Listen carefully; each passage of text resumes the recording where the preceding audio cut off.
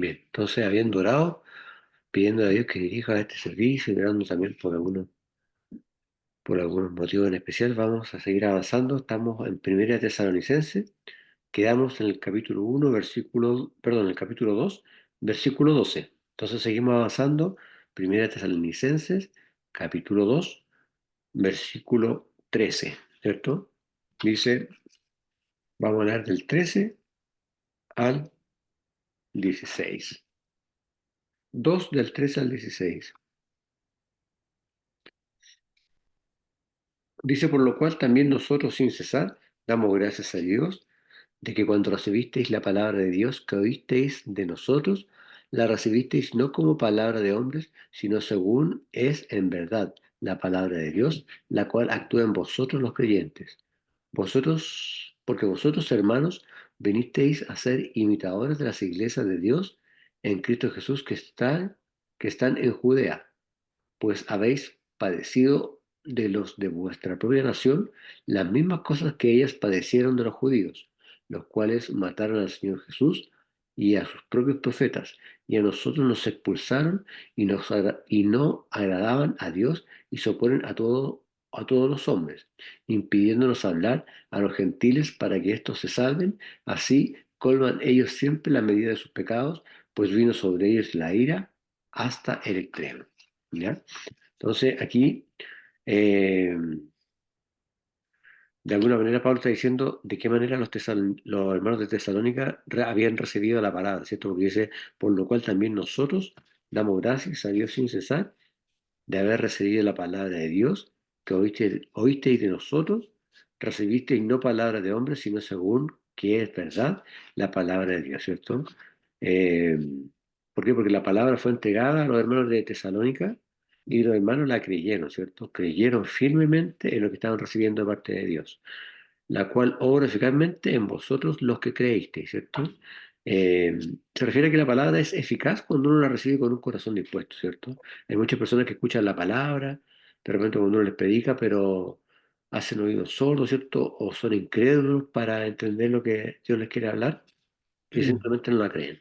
Pero aquí Pablo les decía a los hermanos que la habían recibido y habían creído, ¿cierto? Se había realizado entonces una obra eficaz en la vida de todos estos hermanos, ¿cierto? Porque habían creído y hasta el día de hoy pasa lo mismo, ¿cierto? Los que seguimos creyendo, la palabra tiene un resultado eficaz en la vida de cada uno de nosotros.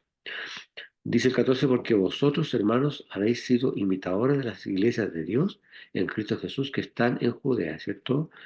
Aquí está intrigando a todos los que fueron fieles en esa época a la palabra de Dios, ¿cierto? Eh, pues habéis padecido también vosotros las mismas cosas de los de vuestra propia nación, como también ellos de los judíos, ¿cierto? Se está refiriendo específicamente a las persecuciones que empezaron a sufrir todos los que seguían las enseñanzas de Jesucristo, los cuales no solo dieron muerte al Señor Jesús y a sus propios profetas, ¿cierto? Sino que a nosotros nos han perseguido, ¿cierto? Porque muchas veces los judíos trataron de matar a Pablo también, ¿cierto? Y no agradaban a Dios. Por supuesto, ¿cierto? Que nadie que quiera provocar la muerte de un hijo de Dios, de un predicador, ¿cierto? De un profeta, va a ser bien visto por el Señor, ¿cierto? Y suponen a todos los hombres. Cuando habla, ¿cierto?, de aquellos que se oponen a todos los hombres, está hablando de aquellos que se autojustifican, ¿cierto? O aquellos que tienen actitudes sectarias, ¿cierto?, para oponerse o para contradecir lo que es la palabra de Dios.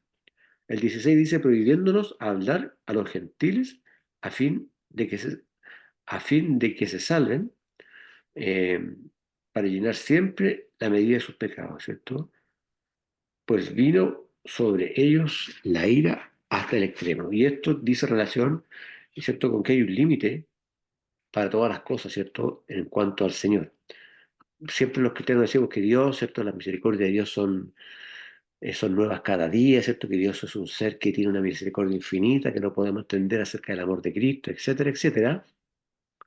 Pero Dios, ¿cierto?, también pierde la paciencia, ¿cierto? Cuando ya nos ha dicho muchas veces y nos insiste y nos vuelve a insistir en que cambiemos una actitud, en que dejemos de ser de tal forma, en que actuemos, en que hagamos esto otro, y nosotros lisa y llanamente no obedecemos. Llega un momento en el cual, ¿cierto?, Dios ya pierde la paciencia, como le pasó con Moisés, ¿cierto? Cuando le dice Dios a Moisés que le abre la roca para que salga agua y Moisés le pega a la roca porque ya estaba aburrido, ¿cierto? Con la congregación que eran tan porfiados, ¿cierto? Y él entra en un momento de ira, golpea la roca y Dios perdió la paciencia con Moisés y no le permitió llegar a la tierra prometida, o cuando Dios perdió la paciencia con el rey David, ¿cierto? Y mató a su hijo por el pecado que había incurrido, ¿cierto? Un pecado, ¿cierto? Eh, de lujuria, ¿cierto? Con la esposa del soldado Urias, y así, ¿cierto? Hay muchos ejemplos en la Biblia en los cuales Dios perdió la paciencia con hombres ya que se habían santificado, que ya contaban con la paciencia de Dios, ¿cierto?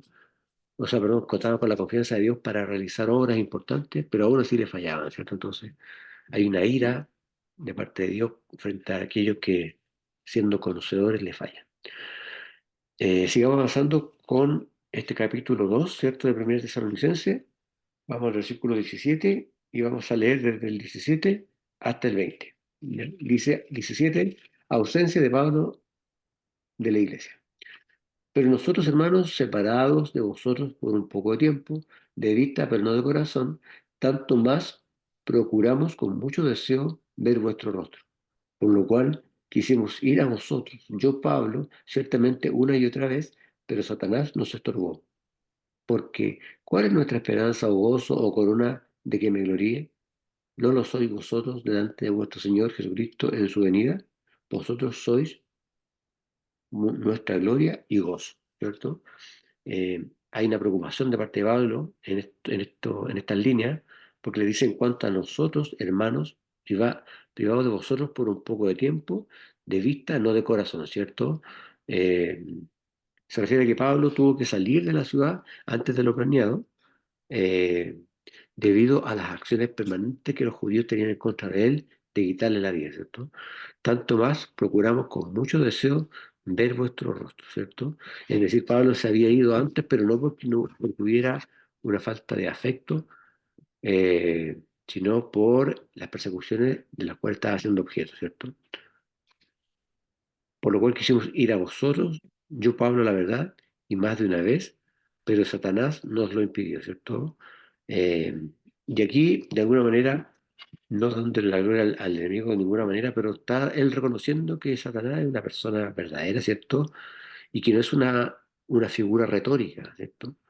Eh, Muchos cristianos de repente, que Satanás, el enemigo, no el malo, ¿no? Satanás es un ser real que tiene nombre, se llama Satanás el diablo, pero no es una figura retórica y no hay que tener miedo de nombrarlo, ¿cierto? Porque Satanás ya fue derrotado en la cruz cuando Jesucristo derramó la sangre bendita. Pero siempre va a estar tratando de molestarnos, de hacernos caer, de tentarnos, pero no hay que tenerle miedo, ¿cierto? Porque él ya fue derrotado. Eh, y es un ser real, nunca tenemos que perder esa perspectiva, ¿cierto? Que siempre va a estar ahí tratando de hacernos caer. Y el 19 decía, porque ¿cuál es nuestra esperanza o gozo o corona de que me gloríe? Eh, ¿No sois vosotros delante de vuestro Señor Jesucristo en su venida? Una vez más, esto hace referencia o alusión al arrebatamiento venidero de la iglesia. Vosotros sois nuestra gloria y nuestro gozo, ¿cierto? Eso era lo que Cristo había hecho con cada uno de ellos. Bien, capítulo 3 entonces, vamos a empezar ahora a hablar, ¿cierto?, de Timoteo. Eh, este capítulo 3 de Primera de Tesalonicense eh, lo debemos situar a partir del año 54 después de Cristo, ¿cierto? Vamos a leer del 1 al 5. Capítulo 3 de Primera de Tesalonicense, del 1 al 5.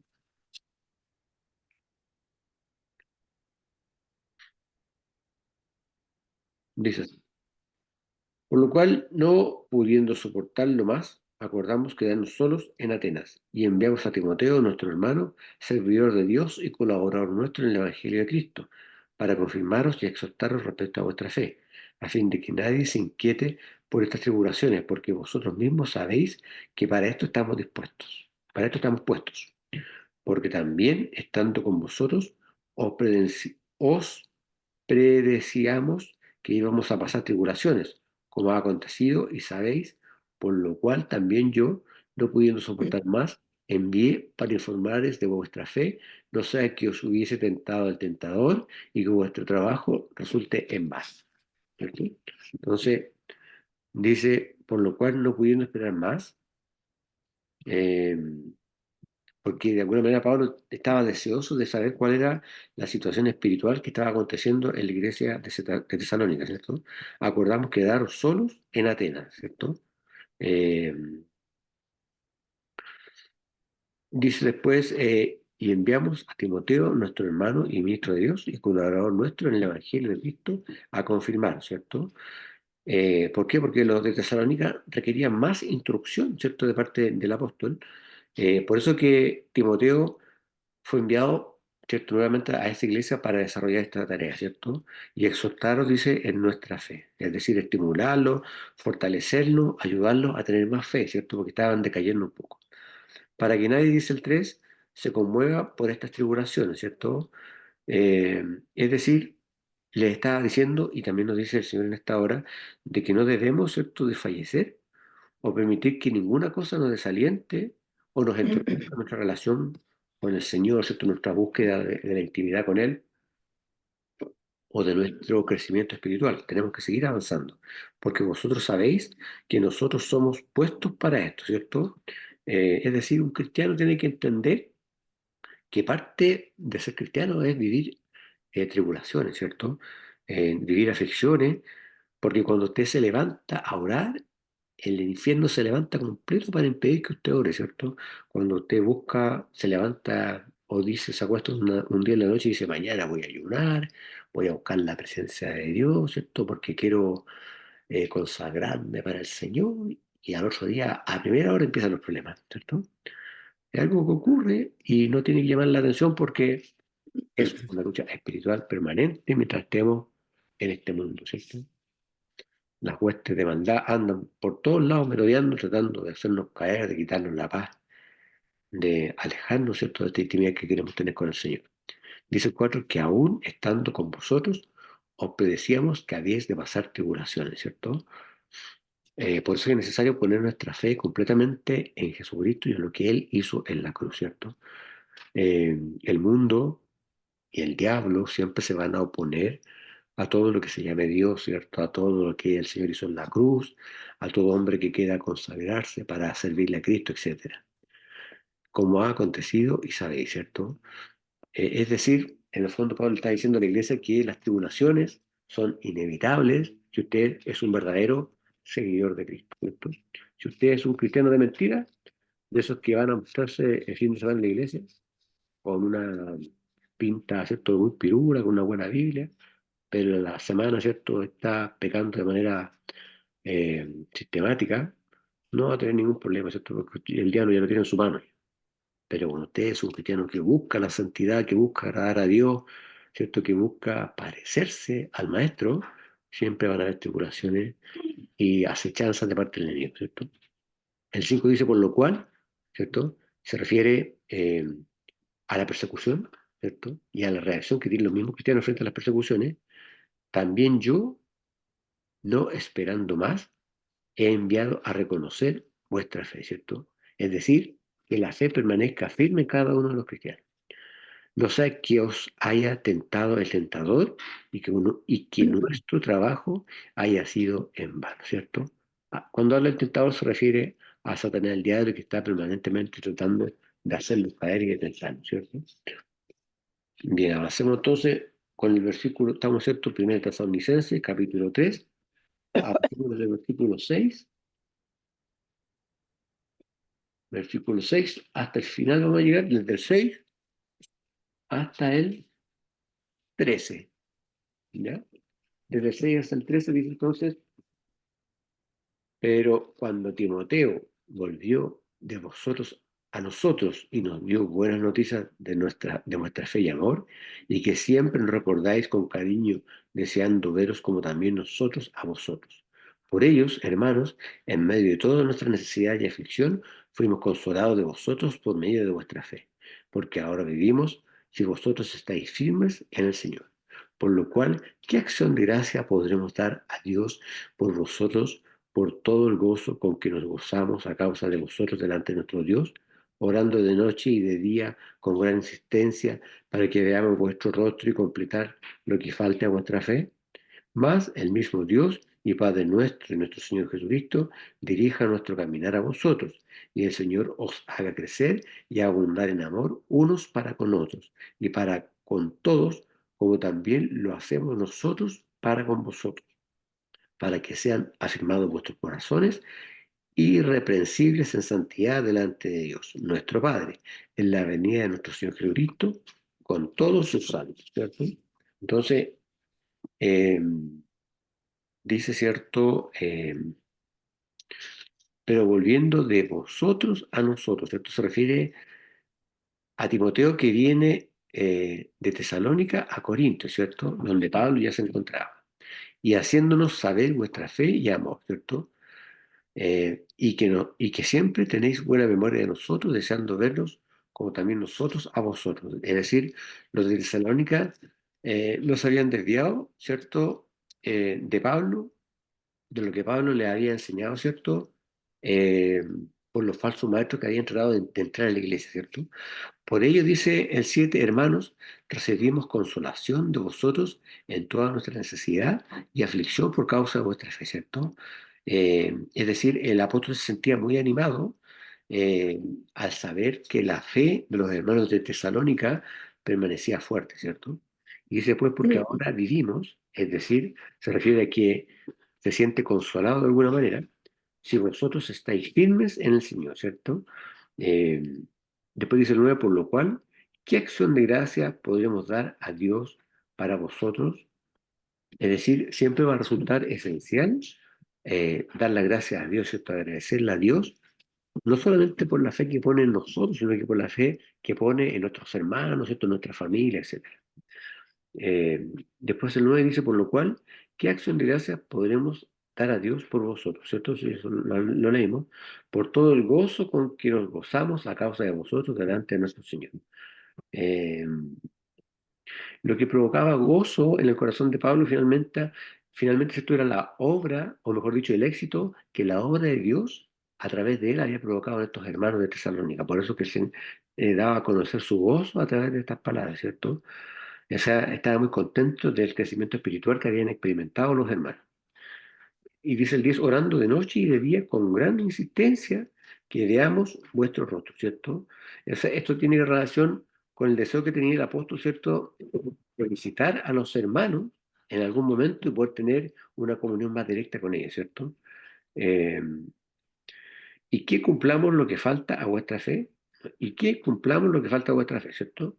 Eh, Después dice, dame un segundo, ¿cierto? Dice, pero aquí empieza a hablar esto de la oración de Pablo, pero el mismo Dios y Padre nuestro y el Señor nuestro Jesucristo encamine nuestro viaje a vosotros, ¿cierto? Eh, y el 12 y a vosotros multiplique el Señor y haga abundar el amor entre vosotros y para con todos, como es también de nosotros para con vosotros, ¿cierto? Es decir, esto va a ocurrir o va a resultar cuando la cruz de Cristo se entienda cada vez más por cada uno de los hermanos. Después decía el 13, para que sean confirmados vuestros corazones, ¿cierto?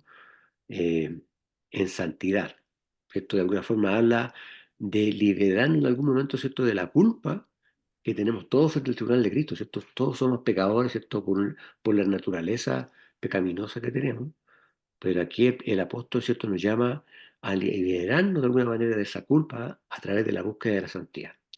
Eh, para excepto en santidad irreprensible delante de Dios nuestro Señor, eh, porque tenemos que entender que solamente Él es el juez eh, de nuestra vida, ¿cierto? Respecto a estas cosas. Yo le estoy hablando de que somos todos pecadores, del pecado original, pero yo no lo estoy juzgando de ninguna manera, ¿cierto? Estoy poniendo en antecedente la condición suya y la mía. Y el único juez verdadero es el Señor, ¿cierto? Frente a cada una de nuestras circunstancias espirituales, para la venida de nuestro Señor Jesucristo con todos sus santos, ¿cierto? Y aquí vuelve a insistir con el tema del arrebatamiento de la iglesia. Así que si usted tiene alguna duda de que si Cristo viene o no viene, si hay un arrebatamiento, un rapto, eso sí va a ocurrir. Y este es uno más de los pasajes que confirma, ¿cierto? Esa teología del arrebatamiento de la iglesia. Amén. Bien, vamos a quedar hasta acá entonces, eh, ¿cierto? Y la próxima semana, con la ayuda de Dios, vamos a seguir avanzando en 1 Tesalonicense, capítulo 4. Amén. Amén. Bien, vamos a orar y con esto estaríamos dándole término a este servicio. Señor Jesús, te damos gracias por esta enseñanza, Señor. Gracias por ayudarnos a seguir creciendo en tu palabra. Permite que podamos, Señor, guardar este conocimiento, eh, esta sabiduría, Señor, que viene solamente de parte tuya y que podamos seguir creciendo, Señor, conociéndote más para poder agradarte y hacer tu voluntad, Señor. Te pedimos en esta hora en especial por la salud, ¿cierto?, de algunos hermanos que están medio delicados de salud, en especial por mi mamá, que está con problemas de presión, por mi esposa Dani también, que está con unos problemas de salud, y bueno, en general por todos los demás de la iglesia, hay algunos que a lo mejor no lo hemos podido conversar con ellos ahora último, pero si hay alguno que esté con problemas de salud delicados también, Señor, ten misericordia de cada uno de ellos, Señor. Te lo pido, Padre, en el nombre de Jesús. Amén. Amén. Oye, antes que te vayas. Pero deja terminar la grabación.